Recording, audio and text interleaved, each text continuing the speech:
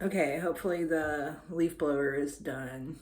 Um, Christmas is almost here. It's like less than a week away. And I have on my raccoon shirt and my bunny ears. So I am ready to put on some makeup today. And I guess in honor of Christmas, I'm going to do a fig inspired eye look. I'm not exactly sure how or why this inspiration struck, but I guess maybe I saw a picture of a fig, or I was thinking about figgy pudding, or maybe I was reading about fig as a fragrance note in perfume, because I've been kind of in a perfume hole, like researching perfumes and fragrance notes. But I was thinking about it and I was like, gosh, figs are so fucking beautiful. And it's such a glorious color combination. And that would be a good inspo for makeup.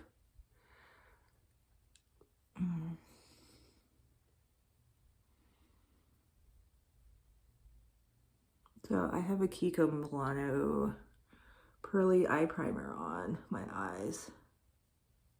But I'm still lately finding that like doing the windshield wiper motion is kind of hard for me. Like I'll still end up with a lot of bald patches and skipping and dragging. So I kind of lately I've just been like, I'll like place it and then kind of just drag it like in one direction. That seems to, I don't know, it seems to get me like a more consistent coverage. And I'm gonna deepen up this purple with this kind of brown. To me, this kind of has some purple in it. I don't know if I'm tripping, but because I don't have like a perfect sort of that really dark kind of eggplant color that fig skin is when it gets ripe. I don't know, when do fig trees bloom? I feel like we have a few here. I live in the southern United States, and I feel like I've seen them in bloom like in the summertime, but yet it's definitely a fruit that I associate with the winter, maybe just by dint of the Christmas Carol. But that could very well be, you know, preserved figs that are being used. I don't know. I'll have to look that up.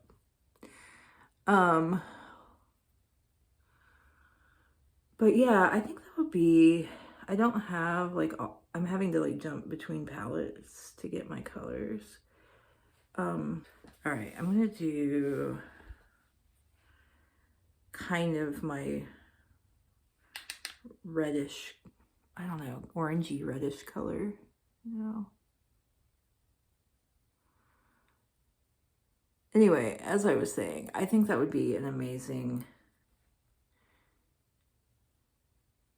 inspiration for like an indie palette, like a 9-pan, like fig. That would be so cool. If any of you know of anything out there like that, let me know. I was like, I don't know, I've been looking at indie palettes lately. And part of the reason I wanted to, you know, play around with some eye looks is because I've found myself, I was talking about kind of my shopping addiction tendencies and finding myself really locking in like in the past week with like, oh, I really want a new new eyeshadow palette. And you know, I think a lot of that was inspired by people posting a lot of their like year-end roundups, like Angelica Nyqvist, I don't know how to say that, but she posted like her 2-hour long like ranking 150 palettes thing, and I like watched almost all of that at like two speed. But yeah, so I'm like, okay, I'm walking in, I'm like in my shopping behavior mode. So I need to, that is a signal that I need to look and see what I already have and try to get some inspiration, because I mean, there are literally, you know, if I were smart enough to write an algorithm, I could theoretically come up with like hundreds of thousands of different shadow combinations from what I already have. But I'm not saying I'm like not gonna, you know, get any indie palettes next year. Like I'm definitely, that's like an aspect of makeup that I want to explore more.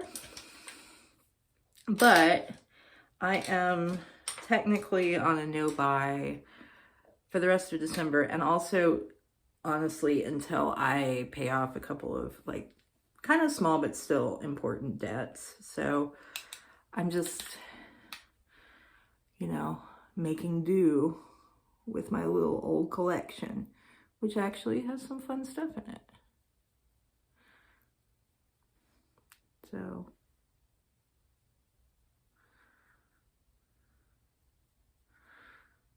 I don't know. This is kind of not the best. I don't know. I tried several versions of this where I tried to actually like follow the order of colors in like a slice of fig. So having like the purple on the outside, then a very slim bit of green, and then trying to mimic that kind of very pale yellow, kind of almost chartreuse flesh before it gets into the seedy, you know, red and gold part, and then a little green again. But it's just ended up, it was chaotic. So I don't know. This might be an idea that I continue to play with and continue to try to refine and make work for me, because I think it's a fun idea. Yeah, I think where I tried to blend the purple and red ended up kind of muddled. I don't know if I really like this like color block though. Let me think. Okay, I'm gonna do something different on my other eye. So this is the first year in 3 years. This is the first year in 3 years that I don't have a Christmas tree, and I don't know how I feel about it. It's kind of sad. I don't know, initially I was like looking at my bank balance and, you know, thinking about it. I'm like, oh God, that's another thing that costs money. I really like to get a full like real tree too. Like the plastic tree just doesn't do it for me. No shade if you have a plastic tree. I see the point because you don't have to keep buying in one, and you know, it's fine. They're also very beautiful, but I don't know. I grew up with the real tree and the smell and the terrible leaves, or the terrible nettles everywhere is part of the Christmas tree experience for me. So but this year I was just like, I kind of got my fix. Like, you know, the past 2 years we got a tree and it was awesome, but I was like, I'm satisfied, especially because when you get older, time moves so fast, and it's like, I feel like we just had Christmas. I'm not ready. Can we turn Christmas into like a World Cup or something where we only have it every 4 years? Because I don't want Christmas yet. I'm just not in the mood. I've been kind of down. I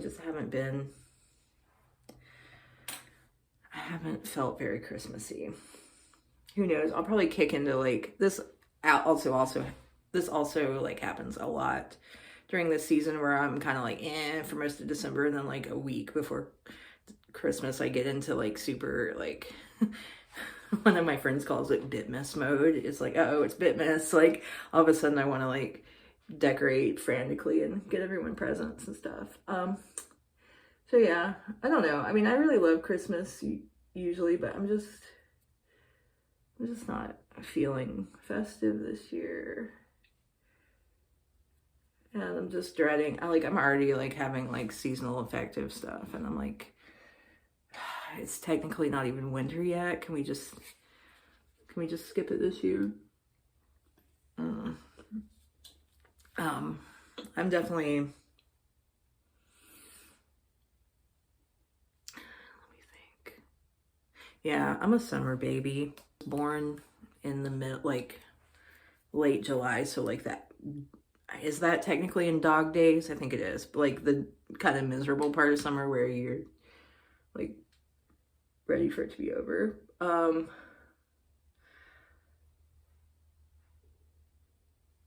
But I love it. I love the tree frogs and cicadas and crickets, and I love the day lasting until like 10, because I'm also very nocturnal, so during the wintertime I really struggle to adjust my sleep schedule to get up early enough to get enough daylight. Like, I have like no vitamin D in my body right now. I mean, there are beautiful things, of course, about winter. And where I live, it doesn't even, I mean, it hasn't snowed in years, and it's really not winter. It's just dark and kind of, it rains a lot in the winter here. That sucks. Yeah, maybe if it was more of like actual winter, I could get more into it, because it'd be like, okay, we gotta like hunker down or whatever. I do like being able to drink hot beverages again though. Like, I like my hot coffee, I like cocoa, I like champorada, and what is it called? Atole, that kind of stuff. What else do I like? I love soup. So, but I mean, I'll eat a hot ass soup in the dead of summer too. Like, I'll just have my face steaming and just like kind of on the verge of passing out. Like, I fuck with soup all year, but it's it's definitely more pleasant in the winter. Chili, definitely a winter thing. What else? Oh, I do like how clear the stars look in the wintertime. I feel like the night sky is just sharper looking.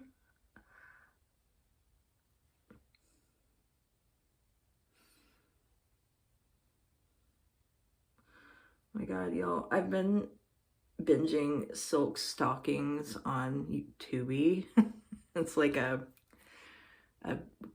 when did it come out? I don't know, probably 90s, like police procedural with like two really hot, male female detectives that investigate sort of,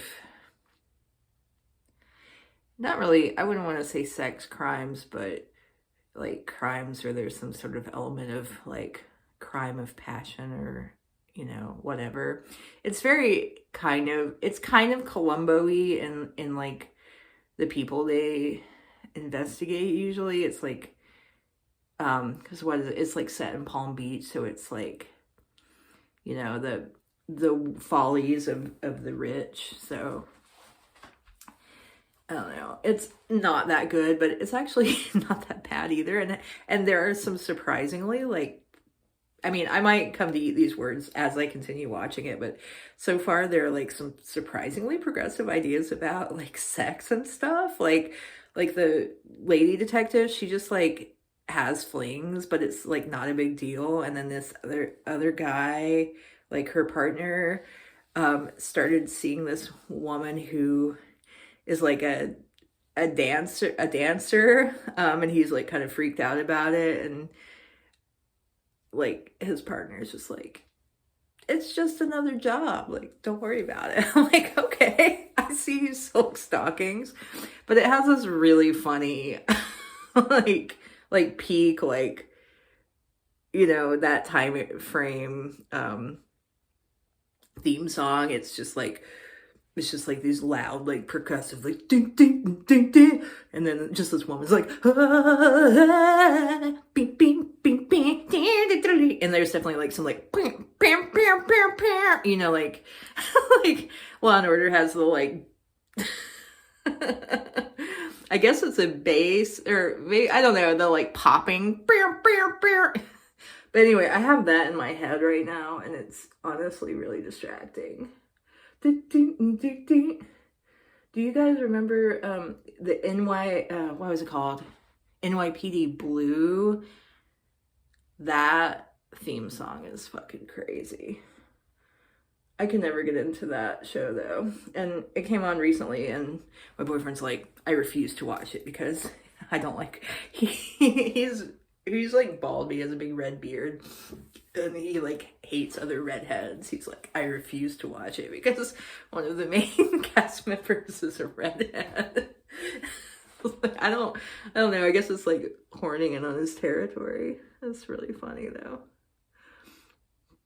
All right.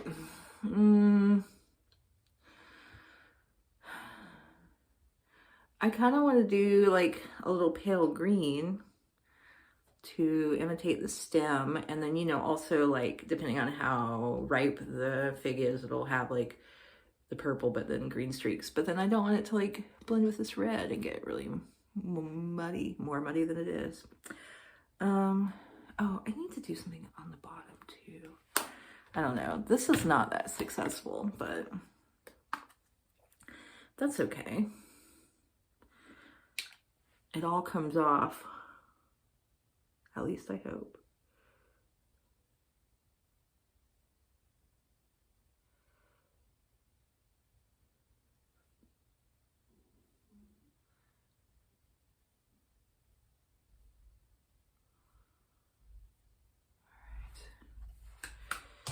One palette I really have on my radar right now is the, what's it called? Undergrowth. I think it's Cosmic Beauty. That's the thing too. Oh yeah, when I was like, part of this whole thing I was rambling about with looking at the indie palettes, there's so much there. There's so many things, and there's so many brands, and I don't know, I was like having, even though I don't have any immediate plans to buy anything, just thinking about what I will in the future, I was like having just like decision fatigue and brain fog, trying to like keep it all. That looks really gross. But yeah, it's just, there's just too much. And I was like, you know what? I could free myself of, I guess, the low level stress of like trying to figure out what I want by simply like choosing not to want anything. And it just clears up a lot of bandwidth. But anyway, that being said, one of the palettes that really struck me in Angelica's, wow, that looks horrible. And Angelica's, did I even put the green on this? I don't know. Countdown or ranking video was the Undergrowth palette by Cosmic, I want to say. And it's all just like swamp colors. And it had a really pretty cover with just like this green sort of grove or swamp, and then this very like hazy yellow light shining in. It was just really captivating cover to me. It might have been AI generated, but you know what? The robot did a good job if it was, because I found it very evocative and soothing, and I was like, I want that in my life. I want to be in that grove, minus any alligators, and I want that palette.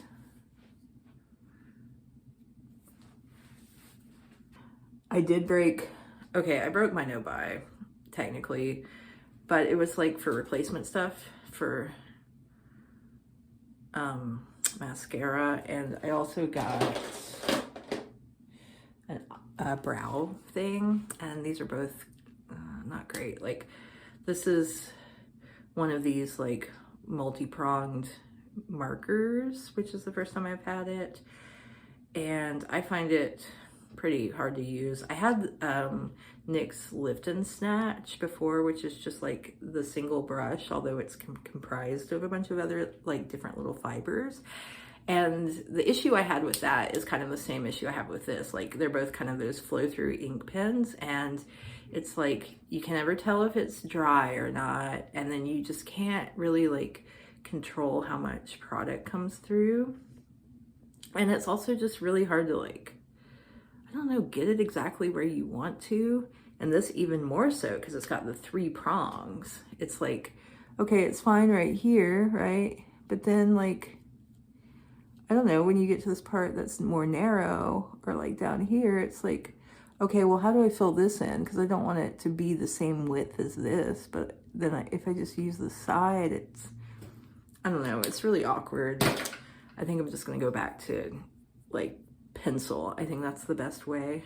And then I got this lash extender because I wanted to try a tubing mascara and I'd heard good things about it.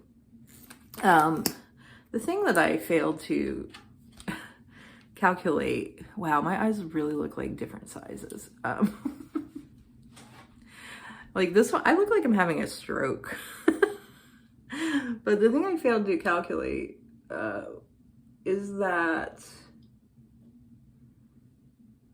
I am way more into big, full, fluffy lashes than I am into like long lashes. And these will, the tubing mascara will like extend the length, but I guess because of the nature of like, it creates these little tubes around your lashes, I mean, it's not going to volumize in the same way. I don't know. I do find it's like kind of clumpy though, and I don't want that. I mean, oh, and the other thing is it's really heavy, so it drags the lashes down. So even if you curl them, it's like, it doesn't retain the curl because the product is so heavy. It is good for like those spider leg, like big squonky, like, I don't know. It has its place, I'll say that. I don't hate it, but I may end up having to buy another mascara just for my like big fluffy needs. Like I might get Big Mood again actually because I really liked it. But it was getting to a point where it was like, sorry, there are weird sounds. It was getting to a point where it was like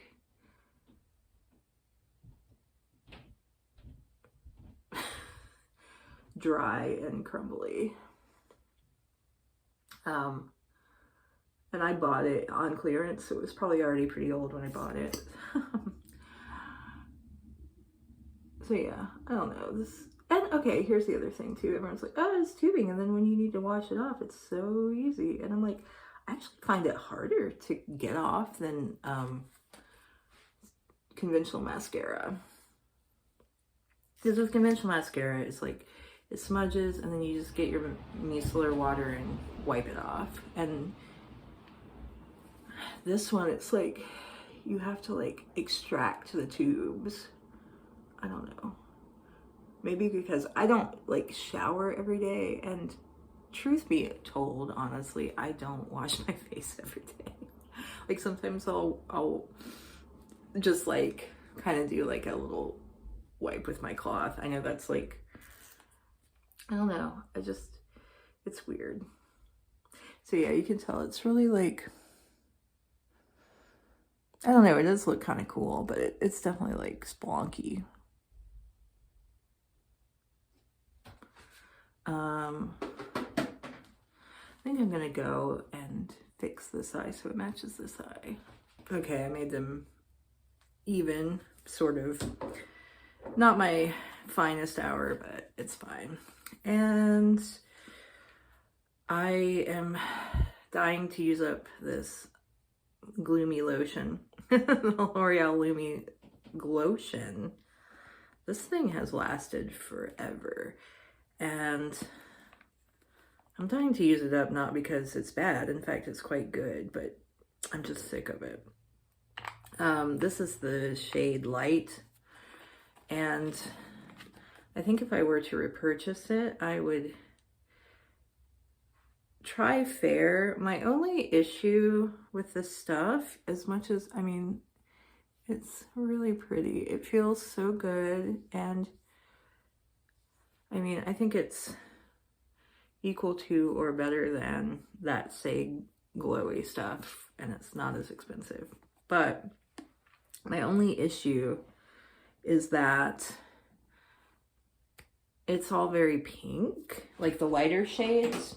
The Fair and the Light are just too pink, and I wish there was one that was more champagne. I'm also really dying to use up this L'Oreal True Match foundation. I really don't like this stuff very much. Like, it's thin and it doesn't have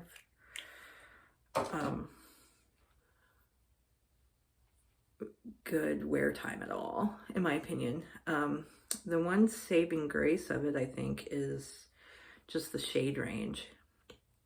But anyway, I mixed it with the rest of the Lumi that was on my hand.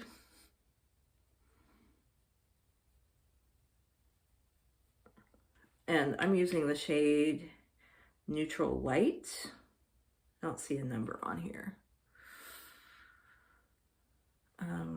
I also have, wait. Yeah, it's N1 Neutral Light. And then I also have Warm 0.05 Warm Light. All right, it looks like I have foundation on, I think. Here.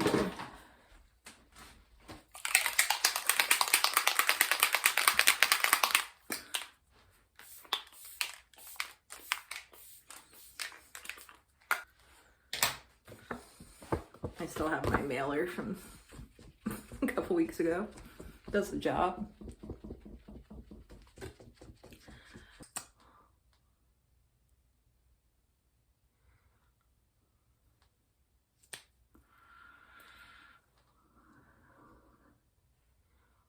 This isn't the right shade, but who cares?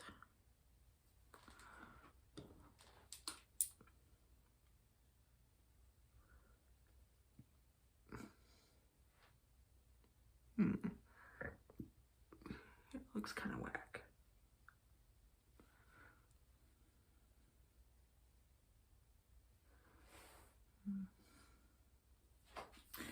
Oh yeah, but the Lumi Glotion, I just saw on Trend Mood that they're coming out with a Lumi skin tint that has a wider range of shades, and that intrigues me. I'm using e.l.f. Halo Glow Setting Powder, which is a mess. And I also saw that they're coming out with an e.l.f. pressed powder, and that might be more my speed. I think actually Clove Room is a channel I like, and Clove Room like manifested the pressed powder. So thank you. Because they were like, I just, you know, hate loose powder. Like, just, I hate loose powder. Like, I like how it looks, but I hate dealing with it. And they were like, yeah, it would be really nice if this was pressed. And like the next day, it was announced on Trend Mood, so that was pretty exciting. I'm going to use my Revolution Bronzer Reloaded in Holiday Romance because I haven't really used it enough. And it's this convex dome, which is kind of awkward. I mean, it's pretty, it's pleasing to the eye, but it's like kind of awkward because you pick the powder up and then all this stuff spills over the edge. But this is pretty. It's kind of, it's like this marbled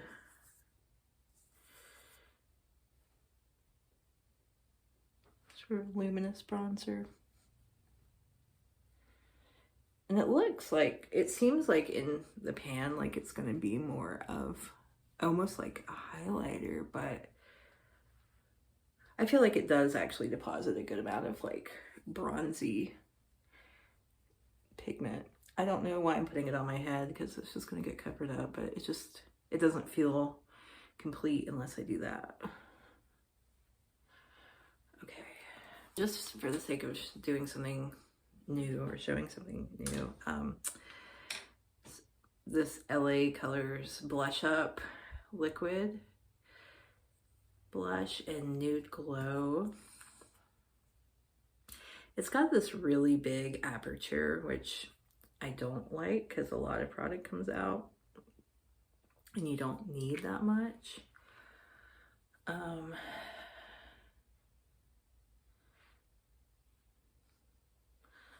But yeah, it's decent. It's not half bad. This was like a clearance item at the dollar store. I think one of my aims though for makeup next year is decent and not half bad is like not enough for me anymore. Like I want to get things that I really want and not make like little cheap impulse purchases. Not saying, I mean, cheap makeup could be great, but I want to buy things more intentionally. I can't tell you, can you even see that? I don't know, I'm gonna put some more on.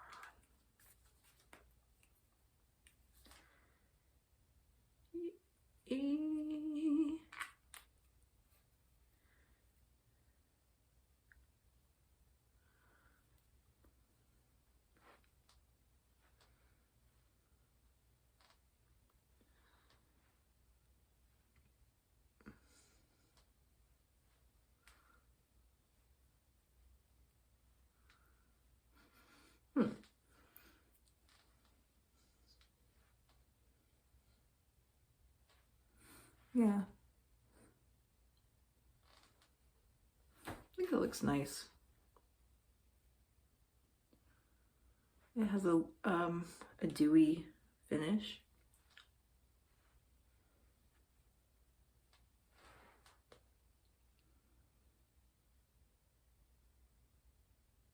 It's a little patchy, like it's drying down a little bit patchy.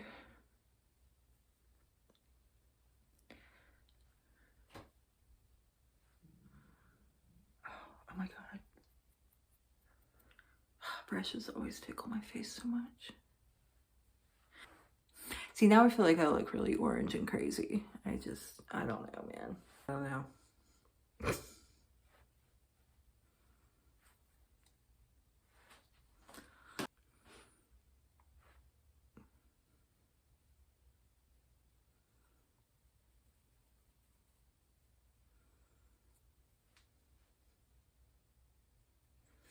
I'm just going in with my Dollar General highlighter.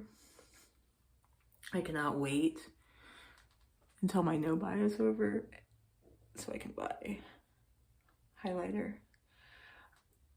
I was really looking at those Rare Beauty powder ones because I swatched them in store and they were wonderfully smooth. And I don't know, I mean, sometimes that doesn't, how it swatches on the finger doesn't really show you how it's going to perform. Like this actually swatches pretty well, but it's doesn't pick up that well on the brush, I don't think. The Rare Beauty ones are way smoother than this though. But people have, you know, said that there's like an issue with, because of that domed shape too, and I guess just the component, like they have like the mesh net thing to hold in the product, I think. God, that looks kind of crazy. I don't know about that. But yeah, people have had an issue with them breaking, and I'm like, I don't want to spend 25 bucks on something that's gonna shatter. Clove Room had REM or REM. I don't know which one is how you pronounce it, but the Miss Mercury highlighter, and on in the video, and it looked stunning. So now I'm like, maybe I'll get that one instead. They're like the same price, I think. I don't know, but one hole in my collection is definitely like a good highlighter. Oh God. All right. Should I do something about this blush? I don't know. I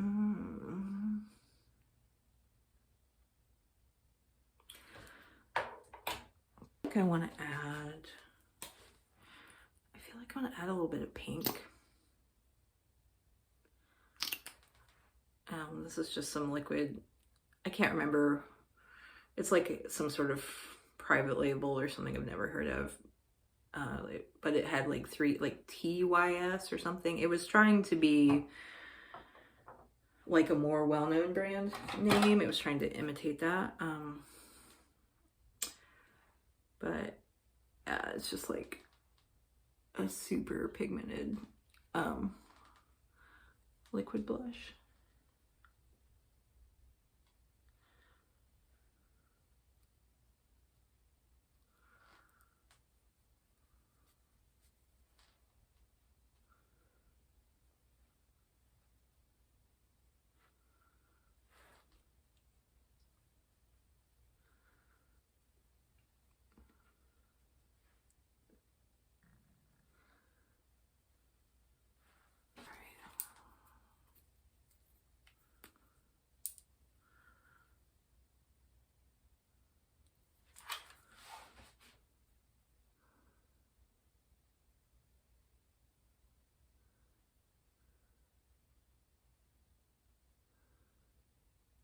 I'm going to add a little Master Precise, Maybelline Master Precise All Day Liquid liner, and this is Forest Brown.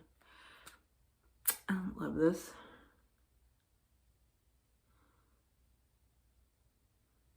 It just feels, I don't know, it felt a little bit dry from like the moment that I uncapped it, and I don't know if I got a dud product or if that's just the nature of this.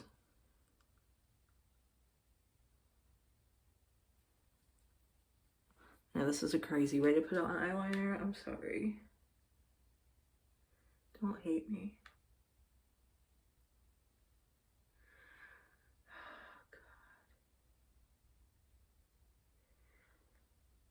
It's really weird because I have like, yeah, it's really hard to do makeup on my left eye, partly because that's my non-dominant side, but I also have like this blind spot. Yeah, because if I'm doing it here, yeah, I'm trying to, I don't know, a lot of this eye falls into a blind spot. I don't know if it's my astigmatism.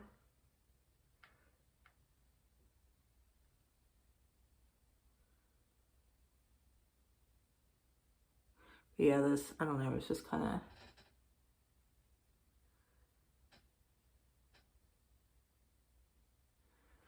and I've also just got really wrinkly, like look how wrinkly my eyelids are. So when I,